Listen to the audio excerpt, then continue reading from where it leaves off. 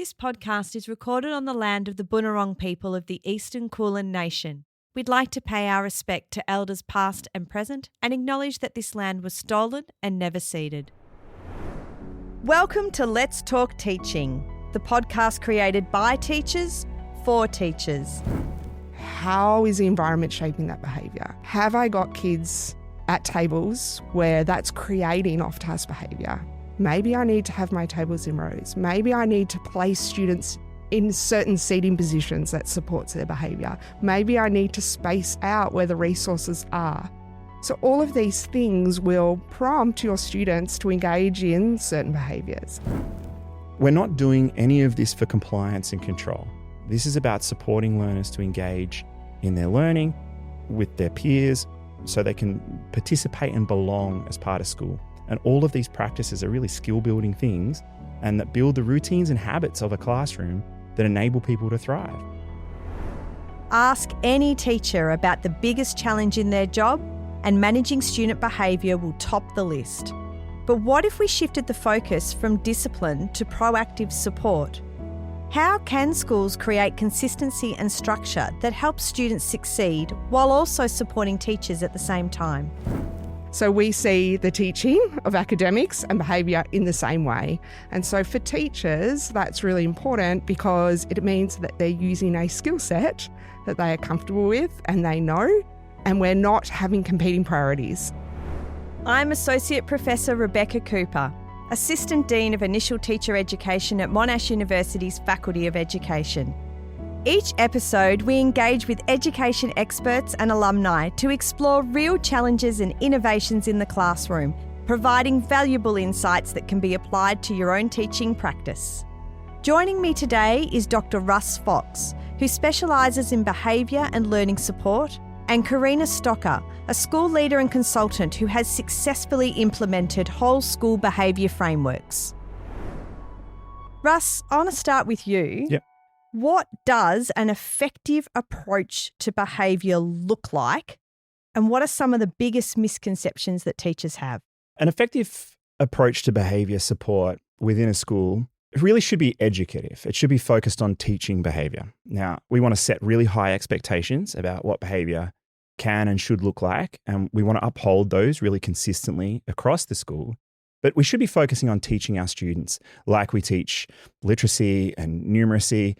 We can teach behaviour within our school and we can support our learners to achieve those expectations, regardless of their starting point.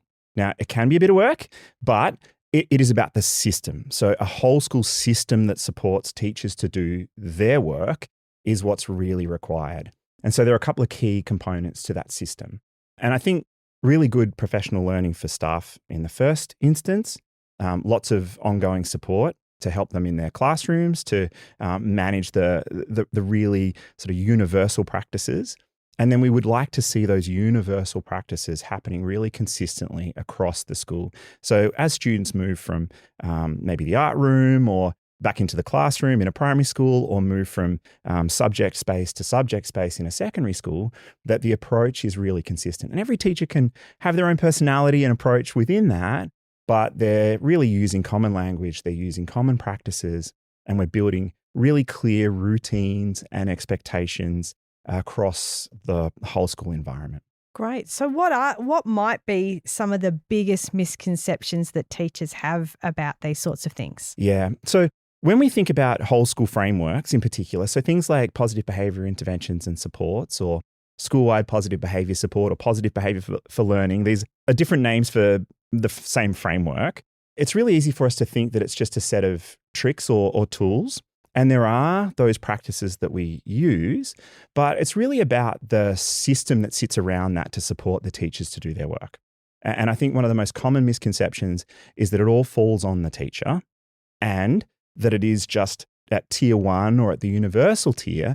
These are the things that we do and we just roll them out, and that's going to work for most of the learners. But really, the framework should help us identify what are the practices that are going to make the biggest difference for our learners. And there are a common set of practices which, fortunately, and Karina might talk about this in a bit, the common set of practices that help us with behaviour support also help us with our instruction. And there are a clear set of common things that have been shown across a pretty large body of research, really, to work really well across behavior and academics. And so the misunderstanding is that it is just like a set of practices and that it's just the job of the teacher, when really it's the systems around that support the teacher to make really good decisions, and the support through professional learning or coaching or leadership that really help identify when teachers need support and how they can be given the greatest sort of resourcing or what's required to do the work in the classroom. All right. So, Karina, at this point, I might bring you in. You've worked with these sorts of things in your school. What does it look like in situ? What does it look like in a school? Just building on from what Russ said, it's about, I think, number one, setting up the systems. And setting up the systems is about ensuring that the teachers are able to be successful in the classroom. At the school that I work at, we have a kind of saying that education is everyone's business, and it's not just the teacher in the classroom. So at any point, if a teacher needs support, that they will get that support, and there's no question about their ability to handle the situation. It's all an understanding that the teacher cares about the safety and the calm, orderly environment that they want for their classroom. And so I think systems are number one. And I think a lot of work needs to go into developing consistency of language, consistency of practice, providing what we would call the antecedents to implementation behaviour. So setting up the teachers for success we have behaviour support playbooks. We provide lots of professional learning and coaching in Tier 1 practices for behaviour support. And also having those systems where when students are needing Tier 2 or Tier 3 support, that the teachers are involved in that, as well as our ES support, education support staff, as part of the process, and they receive coaching in how to support that student in the classroom. And I think that having all of those things in place means that the teachers can feel really confident about walking into their classrooms and teaching all the students that they have in their classroom. So you've both referred to tiers, Tier 1, Tier 2, Tier 3. What do you mean by the tiers? Yeah, so Tier 1 is your general classroom environment. So when we are implementing evidence-based behaviour support and instructional practices with rigour, we know that about 80% of students will be successful in that environment. And when some students aren't successful in that environment with Tier 1 alone, then we will provide more intensive supports at Tier 2. And some students may need even more intensive individualised supports at Tier 3. So from a behaviour support or wellbeing perspective, that would be a real wraparound approach. At my school, we call them roundtables, where we have a multidisciplinary team that problem solves and looks at data and makes decisions about behaviour support planning with the teacher and anyone involved with the student. Sometimes the student's involved, sometimes their parents or carers.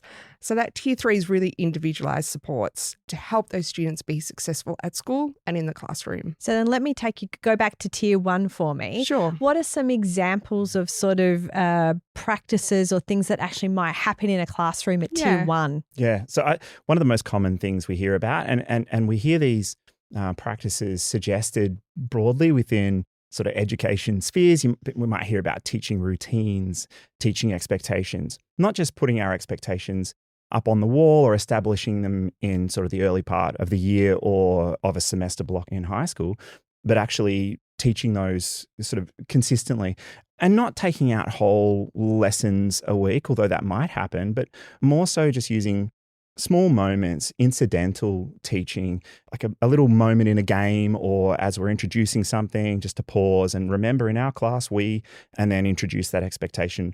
And sometimes we see classes or schools use sort of a focus on a value or an expectation within a week or a fortnight.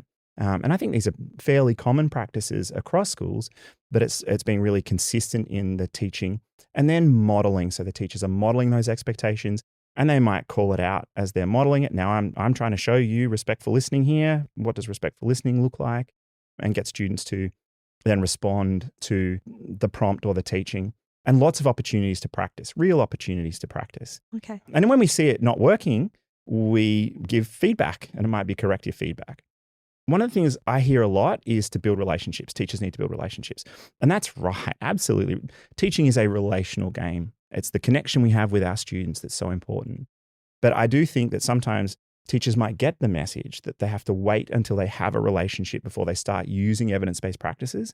And I think it's really important that we share the message, really, that these ways of engaging and teaching expectations and even correcting if a student is, talking over the top of other students, that's how we build and maintain relationships. Now, we have to do that in a way that's respectful ourselves and model the values.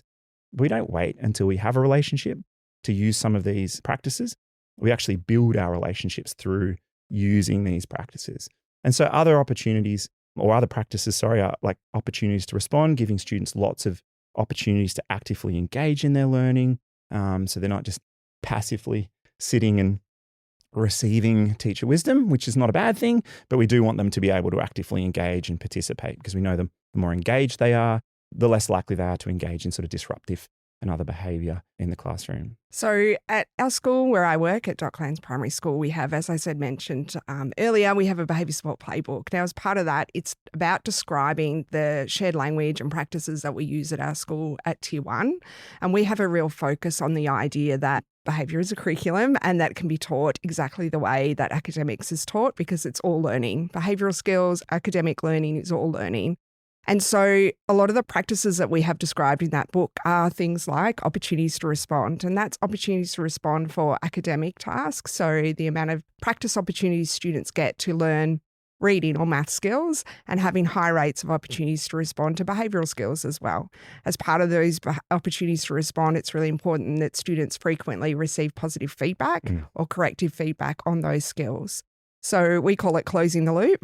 An example might be the bell rings and a child runs to their bag in class, and the classroom expectation is that we walk in class.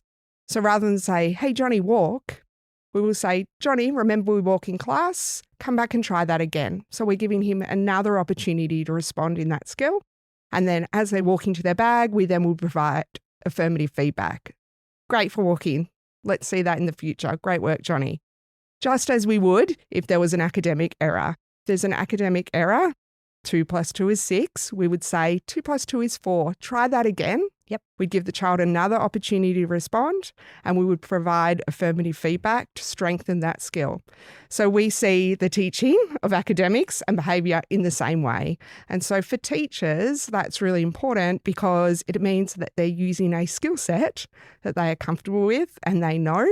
And we're not having competing priorities. So when we're doing professional learning on opportunities to respond, we talk about both academics and behaviour. So that's just an example of one of the Tier 1 practices that we would put in to support the majority of students in the classroom to be successful. Fantastic. So take me to Tier 2. What does that look like? At Tier 2 is an intensified version of Tier 1. So just like when we're teaching reading skills and when students aren't successful at Tier 1 with reading, for example, learning phonics or learning the ability to decode, we don't then teach them something else. Those students need a greater practice amount to be able to be successful, to successfully read. It's the same with Tier 2 with behaviour support. We don't need to give those students something else. We need to give them more practice in the skill that they're struggling with. More practice, more feedback. So it might mean Tier 2 students are provided with greater opportunities to practice social skills or greater opportunities to practice regulation through small group. It might mean that we break a skill down for them. So it might be that they're struggling with winning and losing. We might break that skill down. We might have an extra staff member out in the yard or an ES staff to be able to teach them in the moment and be able to provide that real-time feedback to strengthen those skills while they're using them. Just like we would in a classroom, if a child is struggling, the teacher will provide more opportunities or break that skill down and more feedback for them to be able to engage in the academic tasks. The same thing happens with behavioural skills. I think it's a really good opportunity now to point out too that at Tier 1 and at Tier 2, we are trying to set our environment up for learner success. Okay. So we're looking to, minimize unnecessary distractions. If we've got all the materials out everywhere and it's really kind of chaotic and we've got, pinch points in the class where people kind of bump past, or in the bag areas and locker bays, if there are challenges there, then we might organise those environments and arrange those for success, make more space if it's possible, change the noise level if that's possible. We know there are lots of students in open plan learning environments where that's really hard for teachers and for students. And so, finding ways to minimize the impact of noise, sound deadening where possible. And again, these are budget things as well. And teachers don't have the control over, installing a wall. But there are certain things that we can do to set the environment up for success. And at tier 2, we might learn more about what a learner needs. We might get to know if there are certain sensory needs or other things that we just didn't pick up before that might be contributing. And so we might arrange the environment for greater success as we work to teach those skills as well. And so like Karina was saying, we're really doing the same kinds of practices at tier 2 as we do at tier 1. We're just much more individualized and we're giving a greater intensity and individualized version of that. And then at tier 3, I'm jumping ahead a little here. Go for it. At tier 3, we're actually starting to undertake some assessments to really identify what specific things we might need to change in the environment. If there's actually some things that we haven't identified, and as we got to know the learner even more, we've modified what we can, always trying to understand the relationship between the environment and the student's behavior a little better, but we haven't quite hit the nail on the head. Then we'll do a more specific targeted assessment. So that would be something like a functional behaviour assessment. Okay. And I think it's really important right now to explain that the tiers are in addition. So if we are wanting to provide tier 2 and tier 3 support and tier 1 isn't as effective as it should be, then tier 2 and tier 3 supports aren't going to be as effective or successful for that student. So I'll give you an example. So we know from the research that high rates of opportunities to respond increases academic outcomes, but also behavioural outcomes, higher on-task behaviours. And the recommended number of opportunities to respond per minute of instruction is actually 3 to 5 opportunities to respond. So that's 3 to 5 times that a learner is engaging in some kind of response, whether that be a whiteboard response, a non-verbal response to the teacher's instruction. Now, if that's not in place, and we know for students that are needing that at an intensive level, so they might need something like 6 opportunities to respond a minute to be engaged in the lesson, and we're not getting 3 to 5 at a tier 1 level, that's going to be really difficult to do. Yep. So I think it's really important to stop and think about tier 1 instruction because it is actually the foundation of all behaviour support. Another example might be the research supports a praise to correction ratio of about 4 or 5 praise statements, whether that be academic or behavioural skills, to 1 correction. Again, that's a tier 1 practice that we know supports about 80% of students to be engaged and successful in the classroom, both academically and behaviourally. Now, if we have a student that has any emotional or behavioural challenges, the research actually says that those students need up to 8 or 9 praise to correction statements to be successful in a learning environment. So if we haven't got the 4-to-1 ratio tight in our tier 1 instruction, then it's going to be really difficult to intensify that support for that student and increase those praise to correction ratios. So it's just an example of how it adds on, and it's not in isolation the support that we're providing for those students that are needing a little bit more support. 2 questions. I'm going to ask them both now, but don't answer them both together, but it's just while I remember. You were talking before about the environment, and I'm really interested if there are some sort of specific, basic sort of environmental starting points that are really helpful to make those sort of that tier 1 space successful. And my second question is around, that seems like a lot for teachers to be keeping track of. How do they do it? So start with the environment first and then come back to teachers for me. I like to do the analogy of when we're driving, and when we drive on the roads, we look at all the environmental signs around us that are actually shaping our behaviour for driving safely. So we have the white lines, and when we go over the white lines, there's a bzzz sound that gets us back onto the road. Now, all of those things have been put into the environment so that we respond in an appropriate and safe way. Now, probably not 100% of people will respond in an appropriately safe way. There's going to be a percentage of people that need more intensive support. Now, I like to tell teachers and support teachers to think about their classroom as an environment that has cues and signs around to promote certain behaviours in your classroom. So I say, become an analyst in your classroom. Look at the way that students are responding and think about the environment in how is the environment shaping that behaviour. Yeah, okay. Have I got kids at tables where that's creating off-task behaviour? Maybe I need to have my tables in rows. Maybe I need to place students in certain seating positions that supports their behaviour. Maybe if you're teaching in primary school, need to have dots on the floor so students have that cue to know where to sit. Maybe I need to have arrows. Maybe I need to get rid of the clutter. Maybe I need to space out where the resources are. So all of these things will prompt your students to engage in certain behaviours. So looking at the physical environment is one thing. And when we talk about environment, everyone always thinks about the physical environment. But we can also talk about our instructional environment. How clear are our cues for instruction? So how clear is it that we're wanting students to raise their hands or respond to a cold call? Or have we taught that routine to fluency? How do we want our students to use their whiteboards when they're providing whiteboard responses? How do we want them to chin it and show it?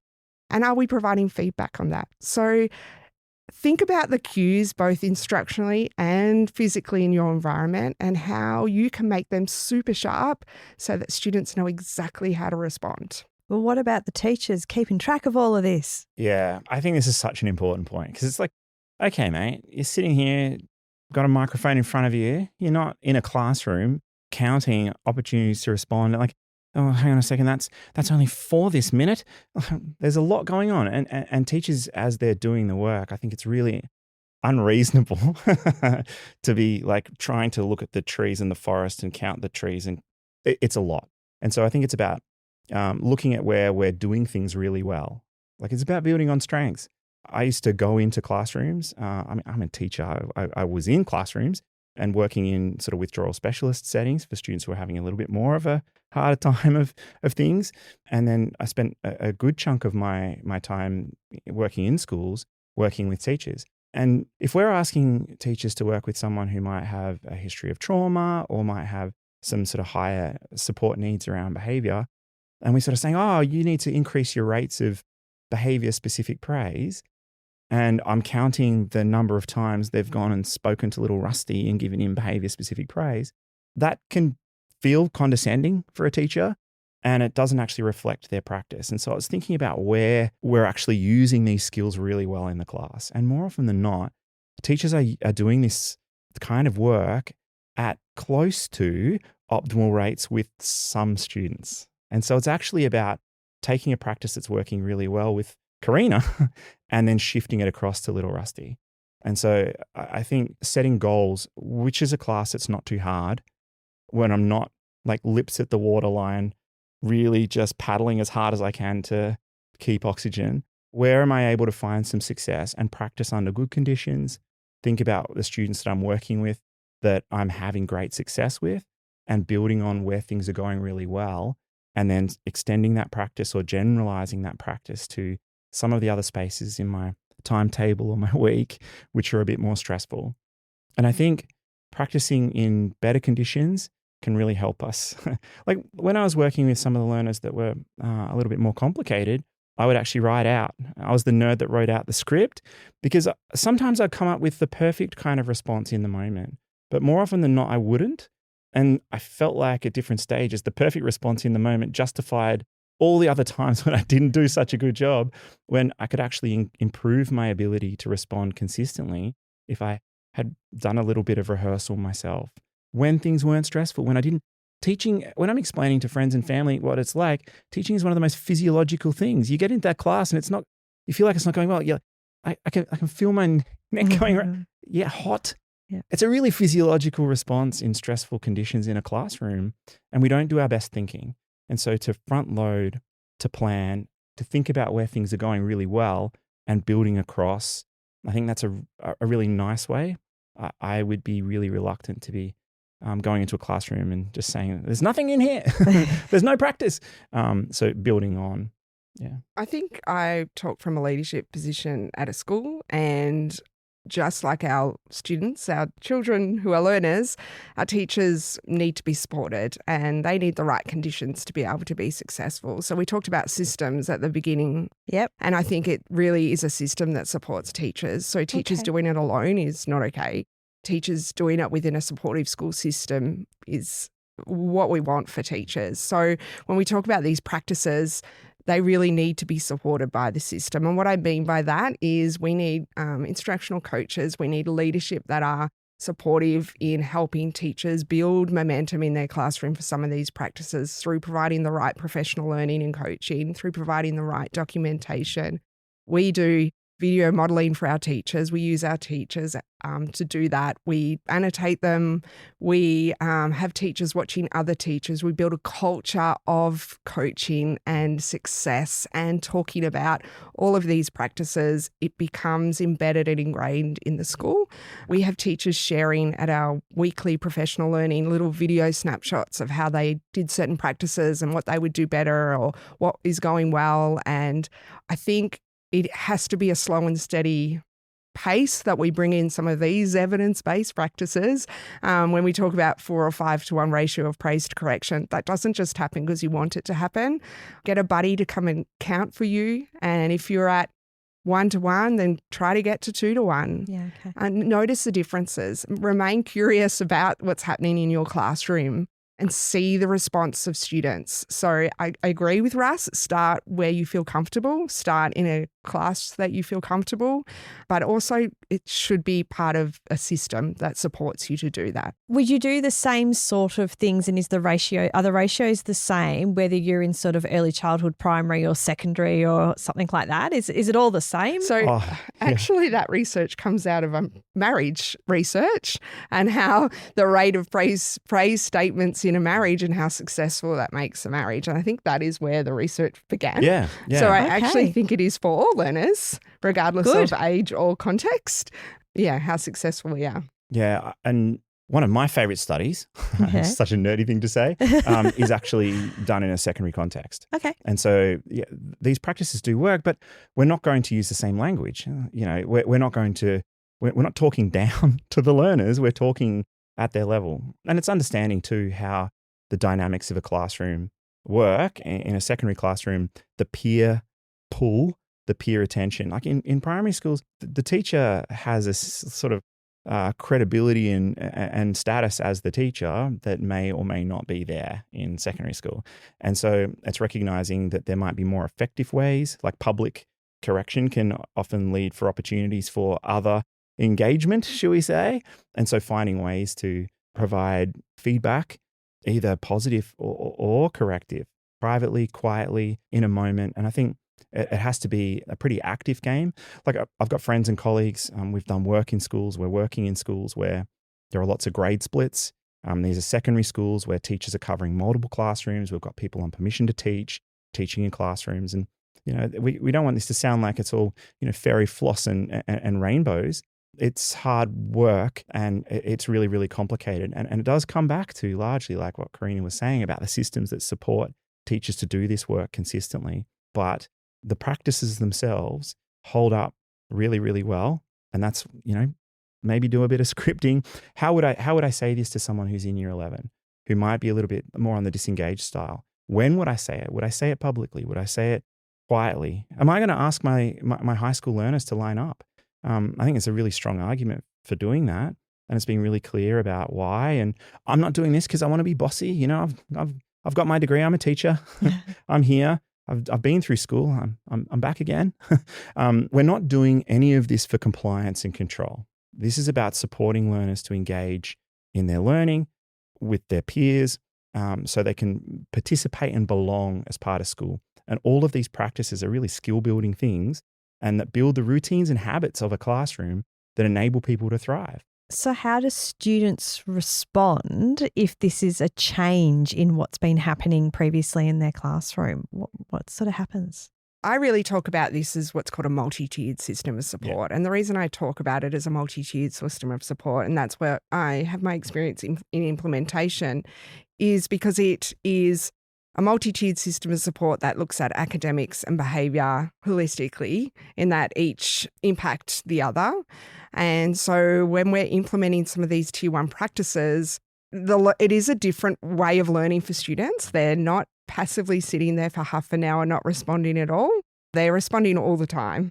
They're giving a thumbs up, a thumbs down. They're chorally responding. They're using whiteboards. They're actively engaged.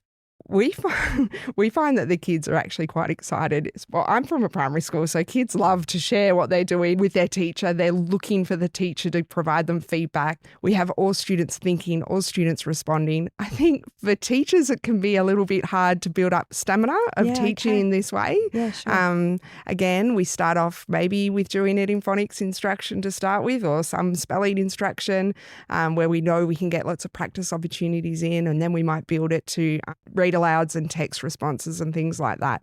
But I think it is a bit of a stamina that has to be built. If you walked into my school, you would be surprised. It feels like a game of tennis in our classrooms all the time. Everyone's constantly engaging.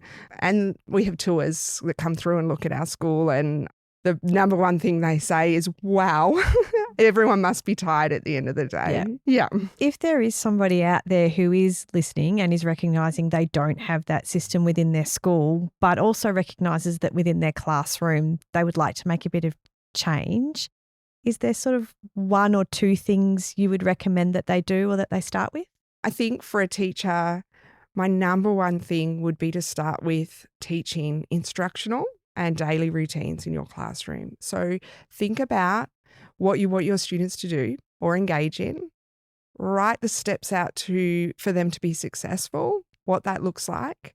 And then we teach it explicitly. So we provide examples and non-examples. We might provide a role play.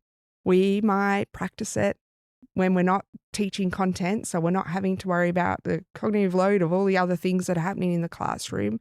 It might be that you look at, if you're using mini whiteboards in your classroom, which can be a point of contention for teachers because kids love to draw on the whiteboards or flip them or hold them over their heads and shake them around.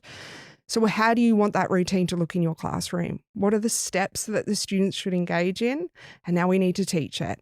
We need to model it. We need to provide examples and non-examples.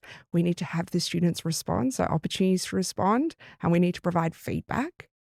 And then we practice that over time, and that's our first goal. And we work on that. We work on our instructional routine of whiteboards or entry routines, or how to get our resources effectively, or how to ask to go to the toilet. Whatever the routine is in your classroom that you choose, start small, teach it explicitly, which means you have to provide lots of opportunities for practice and feedback in the moment. They have to engage in that skill. And then think, for the next 2 weeks, that's going to be my focus, and I'm going to be providing high rates of reinforcement when I see kids engaging in those behaviours.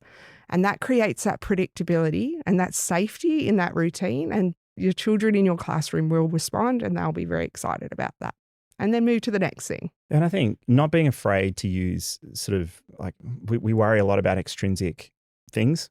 And I think when we're starting something really new that might be a fair shift from the culture or expectation, it's not being afraid to have something that's fun or extrinsic or external to the learners.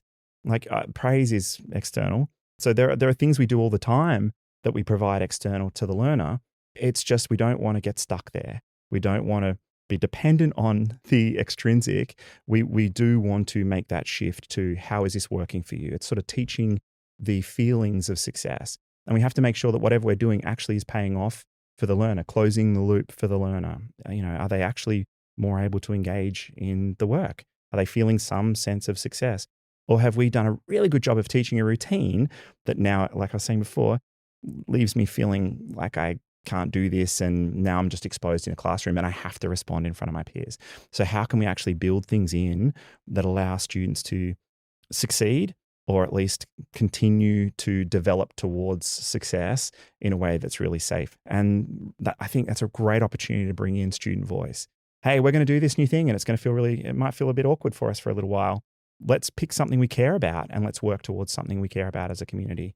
It may not be a token, and that's okay, but the token might be a way that we can mark something out to move towards something we care about. Like it might just be a little indicator of progress. So it's making sure that students are aware of what's going on, that they're a part of what's going on as we do things like Karina said. I really like what you said before about the markers of success, both for the students but also for the teachers.